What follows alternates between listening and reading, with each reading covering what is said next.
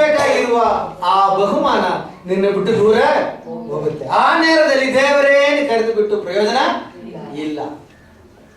ಇವಾಗ ದೇವರೇನು ಕರಿಬೇಕು. ಆ ನೇರದಲ್ಲಿ ದೇವರ ಕರೆದು ಬಿಟ್ಟು ಏನು ಪ್ರಯೋಜನ? ಬಹುಮಾನ ಕೈ ಬಿಟ್ಟು ಹೋಯ್ತು. ದೇವರು ಹೇಳ್ಬೋದು, ನೀ ಯಾರಮ್ಮ ನನ್ಗೆ ಗೊತ್ತಿಲ್ಲ, ಎಲ್ಲಿಂದ ಬಂದಿದ್ದು? ಅಯ್ಯೋ ದೇವರೇ, ನಿನ್ನ ಹೆಸರಲ್ಲಿ ಅದು ಮಾಡಿ ಇದು ಮಾಡಿ ಏನೇನು ಮಾಡಿದ್ವಾಗ ನನಗೆ ಏನು ಸಂಬಂಧ ಇಲ್ಲ ನೀವು ಅಷ್ಟೇ.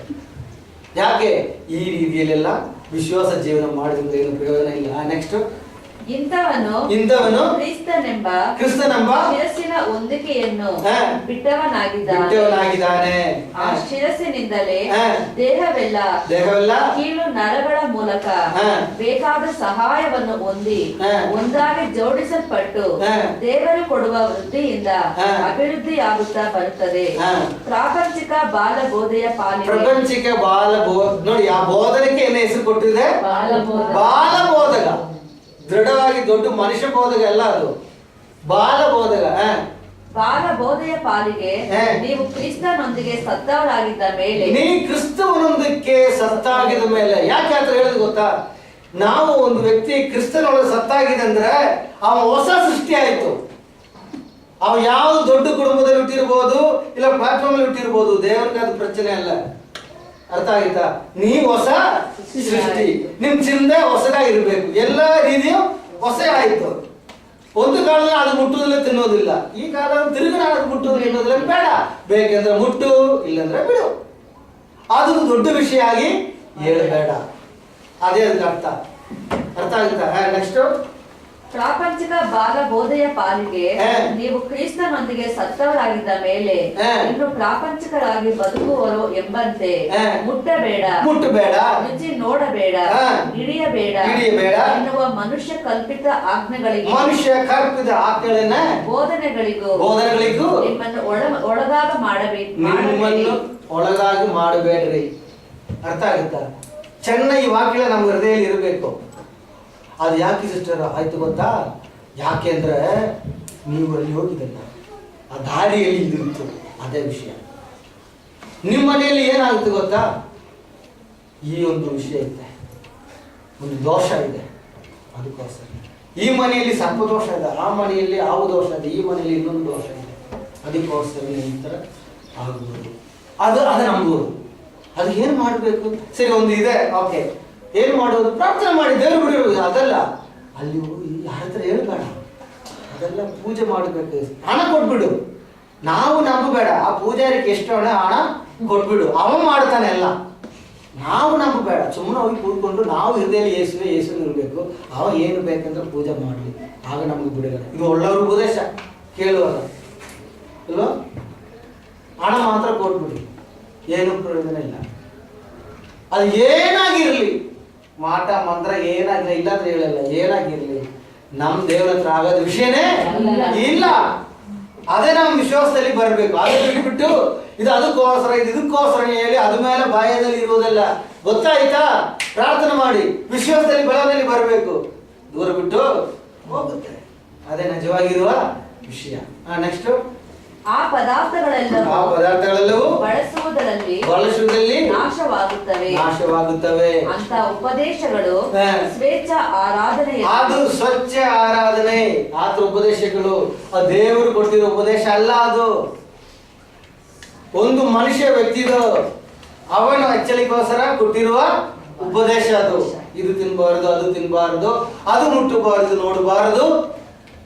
ಸಾಮಾನ್ಯ ವ್ಯಕ್ತಿ ಗೊತ್ತು ಯಾವುದು ನೋಡಬೇಕು, ಯಾವುದು ನೋಡಬಾರದು. ಅದು ದೊಡ್ಡ ಒಂದು ಆತ್ಮೀಯವಾಗಿ ಒಂದು ಆಶೀರ್ವಾದ, ಇಲ್ಲಂದ್ರೆ ಆತ್ಮೀಯ ವಿಷಯ ಅಲ್ಲ ಇಲ್ವಾ?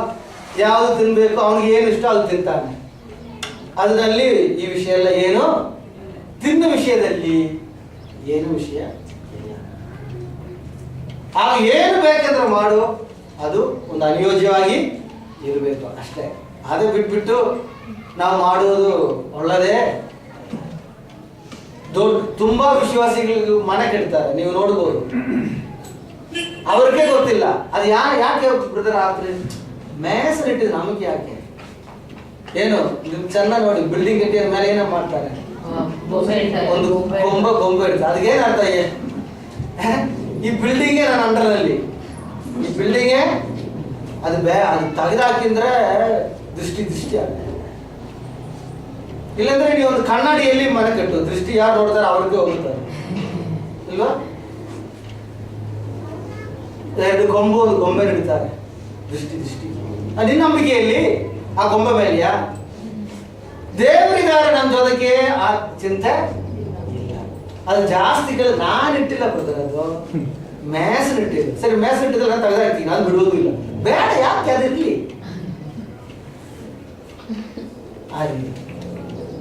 ಇದೆಲ್ಲ ಮನುಷ್ಯರದು ಸ್ವಯ ಇಚ್ಛೆವಾಗಿರುವ ಉಪದೇಶಗಳು. ನೆಕ್ಸ್ಟ್, ಸ್ವೇಚ್ಛ ಆರಾಧನೆಯಲ್ಲಿಯೋ ವಿನಯದಲ್ಲಿಯೋ ದೇಹ ದಂಡನದಲ್ಲಿಯೋ ಜ್ಞಾನವನ್ನು ಇದೆಲ್ಲ ಜ್ಞಾನವನ್ನು ತೋರಿಸುವ.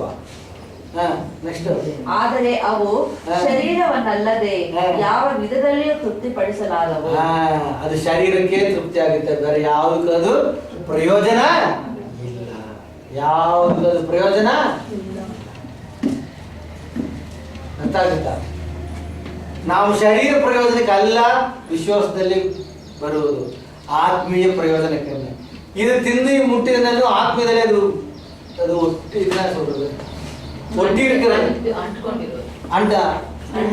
ಅಂಟಿಕೊಂಡಿರುವುದಲ್ಲ. ಅರ್ಥ ಆಗುತ್ತಾ? ಅದೆಲ್ಲ ಹೋಗುತ್ತೆ.